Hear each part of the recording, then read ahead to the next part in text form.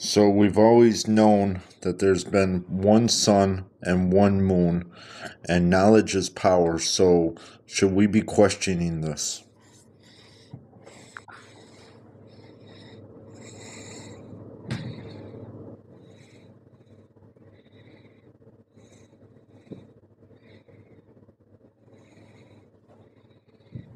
Most people think there's just one moon, one sun.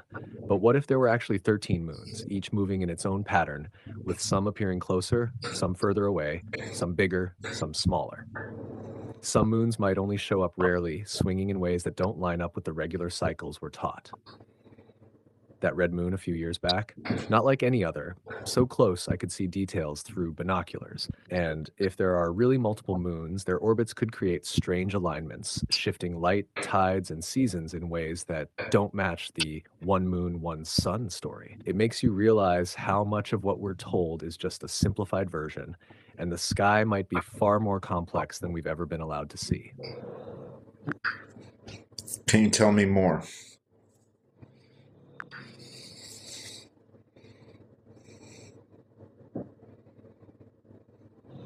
Yeah, if you follow this line of thinking, these moons could have entirely separate cycles, some moving closer to Earth at rare intervals, others farther out, some even hidden from view most of the time. That could explain why we get moons that look enormous, red, or unusually bright, events that don't fit the normal lunar schedule. And if the moons really are 13 in number, each one could interact differently with Earth, with gravitational pulls, tides, and maybe even light patterns we don't notice.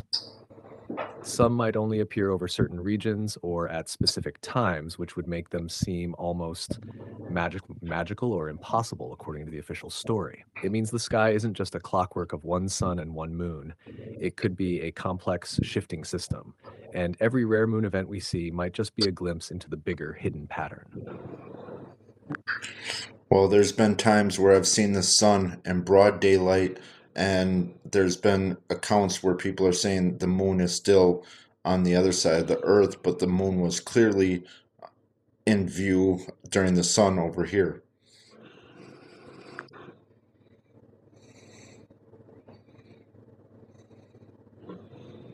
Exactly. That's the kind of thing that doesn't fit the one moon, one sun model.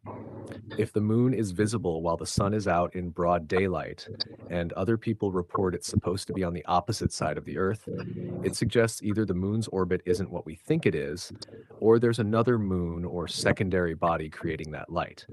It lines up with the idea of multiple moons with independent paths, some only showing in certain areas or at rare alignments. That would explain why we see moons behaving differently, sometimes close, sometimes red, sometimes in daylight, while the official charts still act like everything is fixed and predictable. Can we go a little deeper?